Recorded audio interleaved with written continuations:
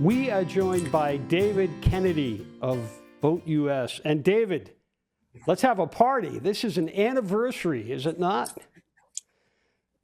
It is. This is BoatUS's 60th anniversary, and we're celebrating that all year long with our members and all the work that we've been able to do over the last 60 years, and certainly for the next 60, if not beyond.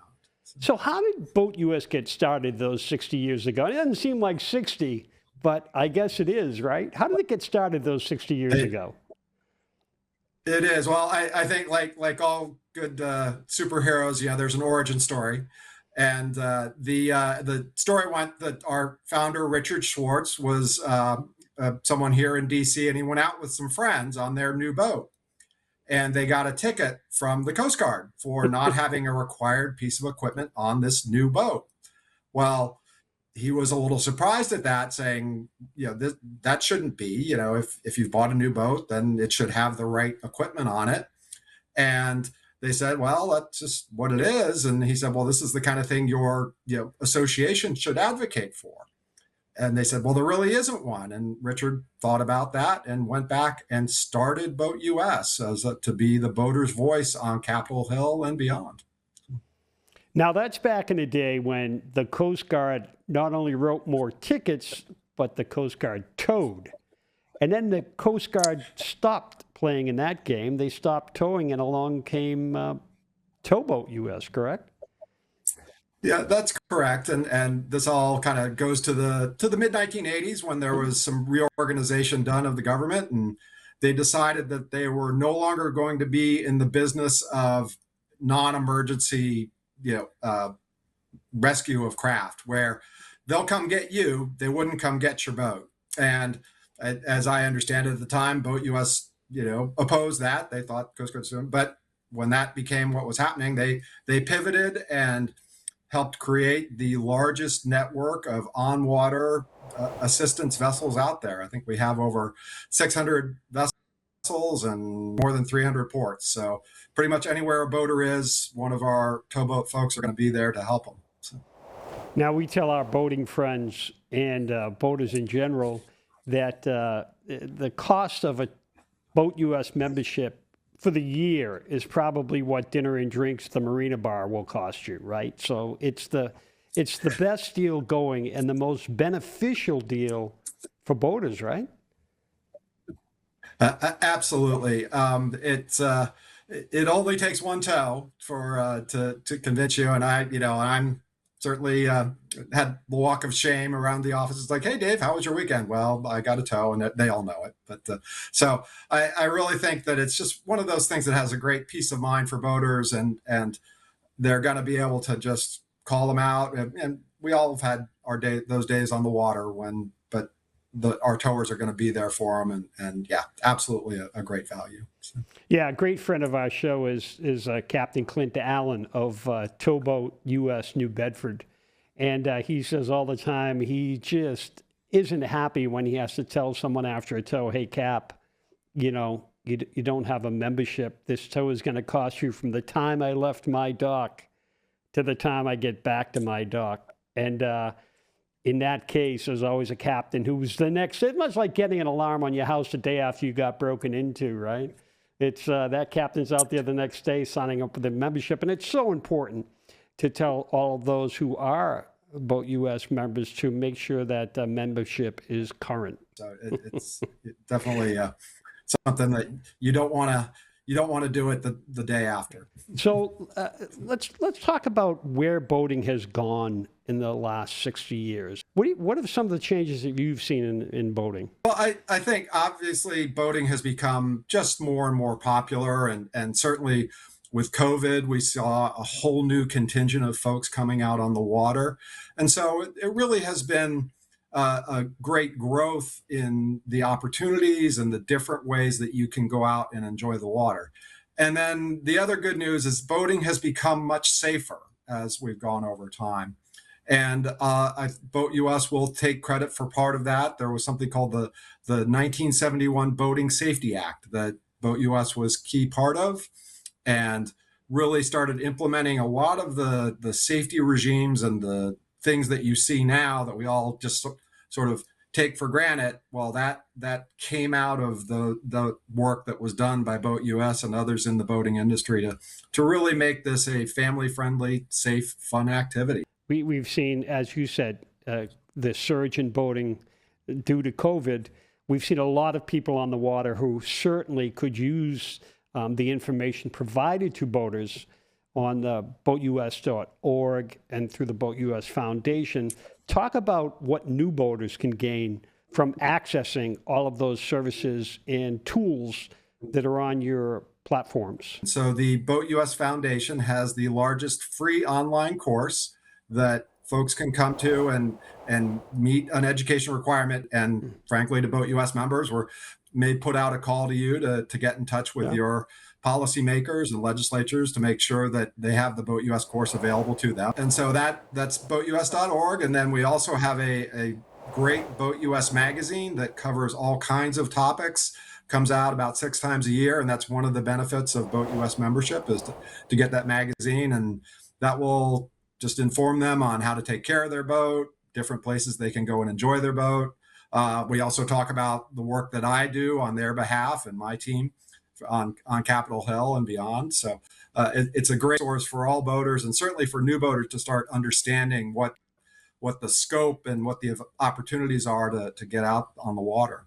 So those resources are at BoatUS.org, correct? As well as BoatUS.com. You can access them both ways.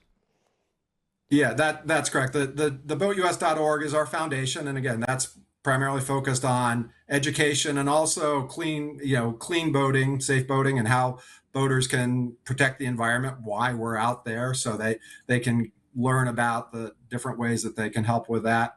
And so it really is a great resource when it just comes to generally being knowledge for on the water. So, and then at BoatUS.com, they can update their membership, they can see our magazine, they can learn about any policy issues that we're working on at BoatUS.com/GOV. That's my section of the webpage. And we put up there just the different issues that we're currently dealing with and facing. And there are times when we actually have provide an opportunity for grassroots engagement. We have tools that make it easy for them to do that. So not something we do a lot. So when I do put out a call, I really hope that people will engage with it. It's not, I won't send them spam. Let's put it that way.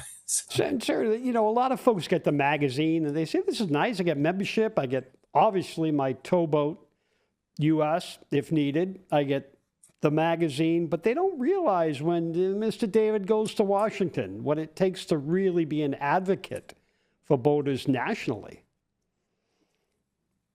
Yeah, I mean, to me, it's a real privilege that I get to do this for boaters, and you can tell I'm a lifelong boater. So, right. But one of the little political axioms that we live on is if you're not at the table, you're on the menu, and so that really is something that BoatUS is the sustained presence for boaters. There's not a lot of folks that actually deal with these issues in our policy space, but we certainly engage for them. We maintain relationships with the different committees on the Hill that work on our issues with the administration, and we're very nonpartisan. If someone is pro boating, then we work with them and are happy to give our thing, and that's something that we really stick very closely to. We focus on the boat and what it means for the boat owner. So it is important. I've been doing this stuff a long time, and you really need to have people here on your behalf. And we also go beyond Washington, where we look at state issues like the Massachusetts education law. We were involved with that as that was implemented. And we have folks who engage. We have a lobbyist in Florida that we work on at such a major state. So there's a lot. We try to have that very broad view of boating and to understand what the issues are, to keep it easy, keep it affordable, keep it safe. Give me an example, Dave, give me your best example of a win for you as you advocate for boaters. Well, something that we're working on right now and has been a win for a long time, I will say, is something known as the Sportfish Restoration and Boating Trust Fund. And that's a mouthful. But what this is is that we capture a set of excise taxes. There's a every time you buy a fishing pole, there's a tax on imported boats. You put the fuel in your boat. Well, we get that tax. And all total, that adds up to about $780 million a year that comes into this trust fund and then gets distributed back out again to all the programs that are important to boating. So this is for boat ramps, for fish habitat. We've got something called the Boating Infrastructure Grant Program. We'll go into communities to build facilities for larger boats, sort of, the cruising boat, so that you've got a nice place when you go and visit. All the vessel pump outs that you see out there, that's paid through by the trust fund. And the Coast Guard Office of Boating Safety and all of the state boating offices of safety are supported by the trust fund. So this is, it's actually been a program that's been running since since 1954, has grown over time, and it gets reauthorized approximately every 5 years. So I've now been involved. This is my 4th time that I've been involved with its reauthorization. And we really do make sure that all the pieces stay in place and that we continue to benefit from this. And so that's been one that's been taking a lot of our time and my team's time, but I think we'll get it over the finish line. And then we also are always looking out for opportunities on dredging and making sure that the waterways are kept open. That's, again, a piece for anybody who's a snowbird and travels up the Atlantic Intracoastal Waterway. We work to make sure that stays open. So, and one more that I think has certainly been on my radar the last year, and it really came up in New England, was Coast Guard talking about changes in aids to navigation, which raised some real concerns, and we were able to communicate with them about that. I think there was a bit of a pause, but that's one I'm going to keep an eye on going forward, because not everybody has every piece of electronic on their boat, and many of us depend on those ATONs. So that's just a couple of the things that go on with us. Let's talk about the Coast Guard changes in aids to navigation. Elaborate a little bit on that. Sure. They had put out a call, and again, I would have to look at the exact dates, but it was, sure, within the last year, basically saying, okay, we need to assess, where it is. We've had some aids to navigation in place for a long time, and do we need to have them there? And I as I said to Coast Guard, that it's a legitimate question. The example I always gave was the bell buoy at Nantucket. Well, that 200 years ago, that's how you knew you were in Nantucket, was the bell buoy. Okay, things have evolved, but I still think we're going to need that. And so Coast Guard asked, and many people spoke up and told them, yes, we need these aids. So I think that's a good example of where local engagement is important, and paying attention to what's going on there. It happened. So they paused on any changes, but I think ongoing there'll be the potential for them to realign things, move buoys.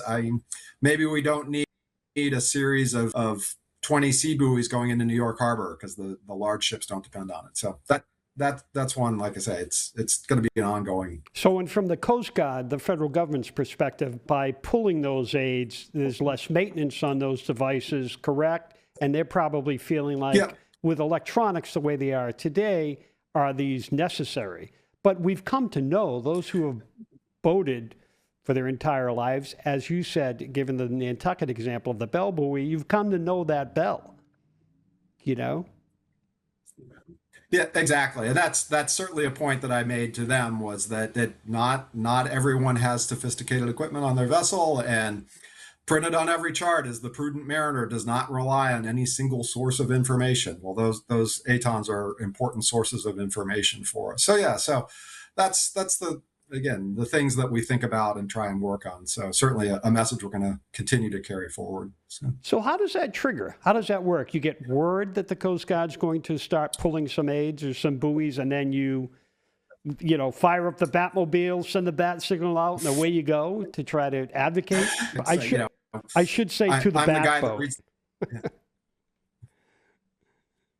Right. Yeah, even better. Right. Right. So, I'm the guy that reads the Federal Register every morning, and me and my team, I should say. Okay. But we also, will hear from members, and I really do count on that. Where I'll hear from voters, they'll hear about an issue coming up, and they'll get in touch with us. I'd say I pick up my phone. I think sometimes people are surprised at that, but. So that's something we depend on, and talking with our towers are also a really important resource for us when there is an issue, a local issue. I will often call them up, and because they're out on the water every day. So it really is one of those pieces where you got to just pay attention to what's there and what the environment is, and to know that environment. It isn't an issue of BoatUS Magazine that I don't pick up and read about your advocacy. That work is tremendous. Are there any key moments in the last 60 years of BoatUS that really strike you? Like, where were those moments that you said, "Wow, there's something Yeah. happening here"? There's certainly COVID was a big challenge, Yep. but outside of that, what were the moments that really struck you? Well, I definitely consider as I mentioned, the 71 Boating Act was very key. The actions that happened in sort of the mid 80s about the towing and along that. And at one point they had actually, folks may recall, they had implemented a federal registration fee for recreational boats. It really didn't work. And so that BoatUS worked to get that rolled back. And then in coming closer to now, there was actually something in the mid 2000s that, because of a separate lawsuit, essentially would have required all recreational boats a permit from the EPA for just sort of your normal operations. This would have been a real challenge. We've got over 11 million registered boats. To actually go and get a permit from the federal government would have been extremely burdened. And so Yeah, BoatUS working with the... That doesn't sound like a good idea. Go ahead. It really, and I can't say it was anything that EPA had set out to do, but like I say, it was sort of an unrelated lawsuit that all of a sudden there was the potential for every recreational boat to be looped into this permitting requirement. So BoatUS, and this really predates my getting here by a little bit, but they sat down, worked with the larger marine industry to pass the what's called the Clean Boating Act, which essentially moved recreational boats out from underneath that. And at the time, I was just a member, but I'd been doing government affairs for a number of years, and I sent in an email just congratulating them, saying basically good win, because I knew how hard it was to get a bill like that done. So I think that's one where boaters necessarily wouldn't have known about it beforehand if hadn't had BoatUS there to advocate for them and then move it forward. And then if it had actually been implemented, it would have been a real challenge. These days, I mean, I feel like I've been forever in the Florida anchoring wars of where and how long you can anchor. It's somewhat stable now, but that's always a continuous question. And again, keeping it open for them. So no lack of issues to work on. So how is BoatUS preparing for the next generation of boaters? Sure. Well, this is where obviously we talked about our boater education, and one of the issues that we're working on now, and that I know you all have talked with our foundation about, is working with what we call abandoned and derelict vessels. And this is where we want to make sure that we've got a life cycle to boats, and that we're able to move the older boats through the system, and so that they don't become really a hazard out there on the water, or just messing up a marina or a boatyard. And that's one that's been certainly a focus for us for the last few years. We had rent from NOAA. We're also paying close attention to the other federal agencies we depend on, like NOAA, National Weather Service, National Ocean Service, making sure that they continue to provide the things that we need for boating. And it really is trying to look forward to things that would potentially impede anybody from getting on the water, I certainly think about the costs and how we keep it affordable. And one other issue that is somewhat resolved. Many folks may have heard about the North Atlantic right whale. We've spent a fair bit of time over the last few years working on that to come up with ways, make sure we're protective of the while also not completely locking folks out of the ocean. It's been a kind of fascinating to me, the technology that's going to be really available soon to be very protective of the species while also making sure folks can get on the water. So it's things like that that, again, keep boating open, accessible, and affordable. Well, David, thank you for the work that BoatUS and certainly the BoatUS Foundation does to advocate for boaters. So let's talk about the benefits of BoatUS membership. Sure, absolutely. So, I mean, we talked before the towing for between, I think it's $130 a year for inland towing, and then $205 for saltwater. And that provides you 24/7 where your boaters will come out and get it. BoatUS Magazine, which comes out 6 times a year. A program that some folks may be familiar with is you get a free MMSI number when you get your VHF radio. And this is something, so you don't have to go and get an FCC license, ship station license, which I think are over $150 now. So for recreational boats, they are able to get their MMSI number for that. You get me and my team on Capitol Hill. We're there advocating for you every day and making sure that you're able to get out and do what you enjoy. And so that's hopefully that, there's also opportunities for discounts on fuel and marinas, kind of the stuff, if you show your BoatUS card, many times they'll be able to give you a little bit off on that. So. And we don't leave the dock without making sure our BoatUS app is on that device and ready to go, right? It's phenomenal. Absolutely. It's great. It's got good storm information, tides, very handy one to have. And again, makes getting a tow super easy.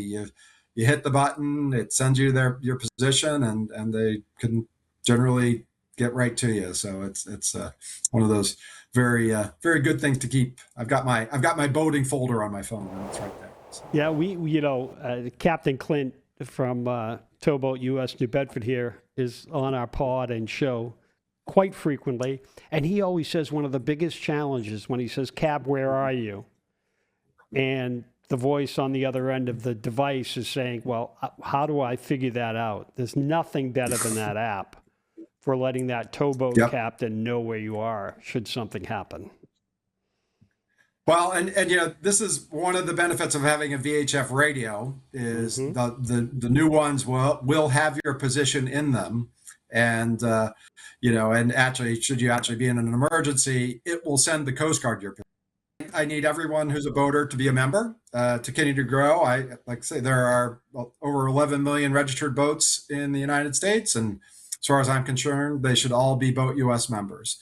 We're certainly going to continue to focus on them and on the boat and what it is, what it takes to get on the water. So that means make sure we've got boat ramps with enough parking so that they can get, that we've got clean water and healthy fisheries so that you can go out and enjoy fishing with your family. And we're also going to keep looking at the technology, the improvements that are going to make it better and more enjoyable to spend the time out there. So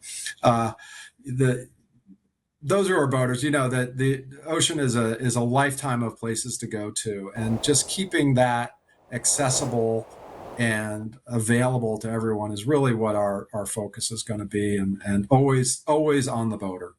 That's certainly our watch. David Kennedy, thanks to you and your team and for what BoatUS has done for the past 60 years, and we look forward to what's ahead for the next 60 years. Thank you, John, and thank you, BoatUS members, and if you're not, please join. The Drift Podcast can be found at driftsociably.com or where all fine podcasts are heard.